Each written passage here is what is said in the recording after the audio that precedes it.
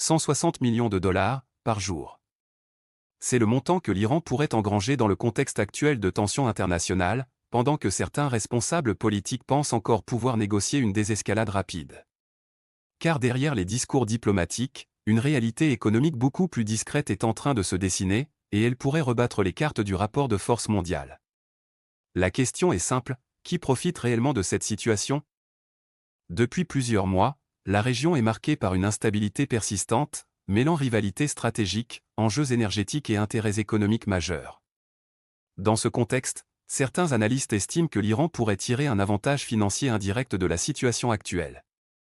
Pendant ce temps, du côté américain, le positionnement de Donald Trump alimente le débat sur la stratégie à adopter face à une dynamique régionale particulièrement complexe. Mais pour comprendre ce qui se joue réellement, il faut regarder au-delà des déclarations officielles et analyser les mécanismes économiques qui accompagnent souvent les périodes de tension internationale. Lorsqu'une crise éclate dans une région stratégique, les conséquences ne sont jamais uniquement militaires ou diplomatiques.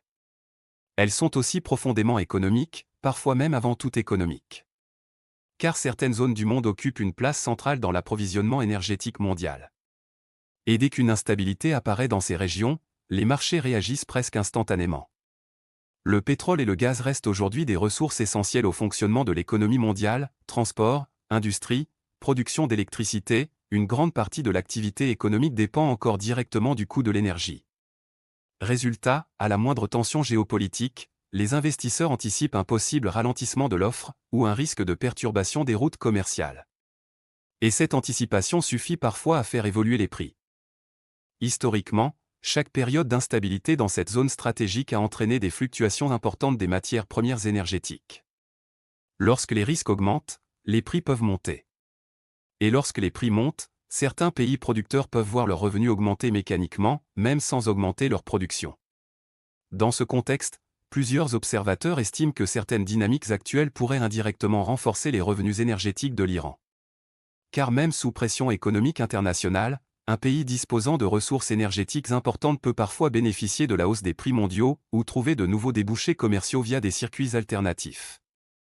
Autrement dit, la situation actuelle pourrait créer un paradoxe, une période de tension géopolitique qui fragilise la stabilité régionale, mais qui, dans le même temps, peut offrir des opportunités financières à certains acteurs. Ce constat pose une question centrale, les sanctions économiques suffisent-elles encore à limiter l'influence financière d'un acteur stratégique, lorsque les dynamiques du marché mondial peuvent en partie compenser leurs effets?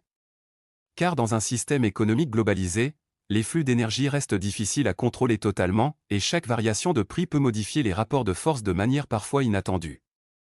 Ce qui rend la situation particulièrement complexe, c'est le décalage entre la perception politique et la réalité économique.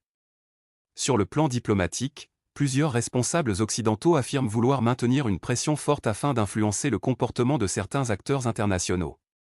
Mais dans le même temps, les mécanismes du marché mondial de l'énergie obéissent à une logique différente, une logique d'offre, de demande et d'anticipation du risque. Autrement dit, même lorsque la pression politique augmente, les effets économiques ne vont pas toujours dans la direction attendue. Lorsque l'incertitude grandit, les marchés anticipent un possible ralentissement de l'approvisionnement énergétique mondial. Et cette anticipation suffit parfois à faire monter les prix, avant même qu'une perturbation réelle ne se produise. Plus la perception du risque est élevée, plus la réaction des marchés peut être rapide. Et lorsque les prix augmentent, certains pays producteurs peuvent voir leurs recettes progresser mécaniquement, y compris dans un contexte de restrictions économiques. C'est précisément ce paradoxe qui attire l'attention de plusieurs analystes, une stratégie de pression diplomatique peut parfois générer des effets économiques indirects, qui viennent en partie compenser les contraintes imposées.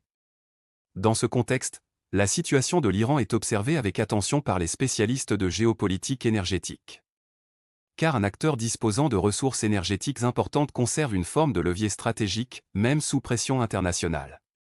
Les déclarations de Donald Trump évoquant la possibilité de négociations rapides alimentent également le débat.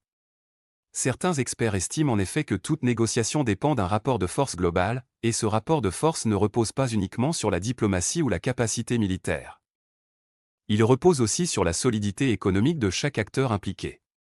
Plus un pays dispose de ressources financières stables, plus il peut absorber la durée d'une période de tension, sans subir de pression immédiate pour modifier sa position. Autrement dit, la dimension économique devient un facteur déterminant dans la capacité d'un État à maintenir sa stratégie sur le long terme. Et c'est précisément cette interaction entre géopolitique et économie qui rend la situation actuelle particulièrement difficile à anticiper. Car dans un système mondial interconnecté, une décision politique peut produire des conséquences économiques, qui elles-mêmes peuvent influencer la dynamique diplomatique. Un cercle complexe, où chaque variable peut modifier l'équilibre général, parfois de manière imprévisible. Si certains pays parviennent à compenser les effets de sanctions ou de pression diplomatique grâce à des revenus énergétiques plus élevés, cela peut profondément modifier la dynamique des négociations internationales. Car dans tout rapport de force, le facteur temps joue un rôle essentiel. Un acteur qui dispose de ressources financières suffisantes peut se permettre d'attendre, de temporiser, voire de refuser certaines concessions immédiates. À l'inverse, un acteur fragilisé économiquement peut être contraint d'accélérer les discussions pour limiter l'impact interne de la crise.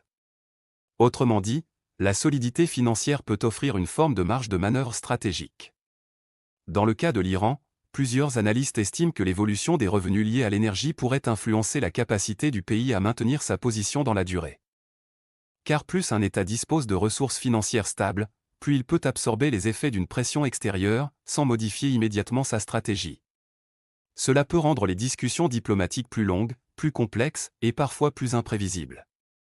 Les négociations ne se jouent alors plus uniquement autour des déclarations publiques ou des rencontres officielles, mais aussi autour de la capacité de chaque acteur à supporter le coût économique de la situation. Les déclarations de Donald Trump concernant la possibilité d'accords rapides sont donc observées avec prudence par certains experts.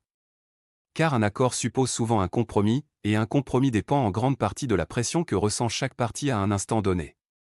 Si cette pression diminue grâce à une amélioration de la situation économique, la dynamique des discussions peut évoluer. Dans ce contexte, la question n'est donc pas uniquement politique. Elle devient stratégique, mais aussi profondément économique. Car les équilibres internationaux reposent aujourd'hui sur une interaction constante entre diplomatie, ressources énergétiques et stabilité financière. Et c'est précisément cette combinaison de facteurs qui rend la situation particulièrement difficile à décrypter. Un changement sur le marché de l'énergie peut influencer une stratégie diplomatique, tout comme une évolution diplomatique peut influencer les marchés. Un enchevêtrement complexe, où chaque variable peut modifier l'ensemble de l'équilibre international. Au-delà des déclarations publiques, cette situation illustre une réalité plus large, les conflits modernes ne se jouent pas uniquement sur le terrain militaire. Ils se jouent aussi sur le terrain économique, énergétique et financier. La capacité à influencer les marchés peut parfois peser autant que la capacité à influencer les négociations diplomatiques. Dans un monde interdépendant, chaque crise régionale peut avoir des répercussions globales. Les prix de l'énergie, les chaînes d'approvisionnement et les équilibres commerciaux sont étroitement liés à la stabilité de certaines zones stratégiques. Et lorsque ces zones connaissent des tensions, les effets peuvent se faire sentir bien au-delà de la région concernée. Au final, la situation rappelle une chose essentielle, dans les relations internationales, les apparences peuvent parfois être trompeuses. Une stratégie perçue comme efficace sur le plan politique peut produire des effets inattendus sur le plan économique. Et ces effets peuvent, à leur tour, influencer la capacité réelle des acteurs à négocier ou à résister aux pressions internationales. La question reste donc ouverte, les dynamiques économiques actuelles vont-elles modifier les équilibres diplomatiques ? Ou assisterons-nous à une nouvelle phase de négociation dans un contexte toujours plus incertain ? Une chose est sûre, dans un monde où économie et géopolitique sont étroitement liées, chaque crise peut produire des conséquences bien au-delà de ce que l'on imagine initialement.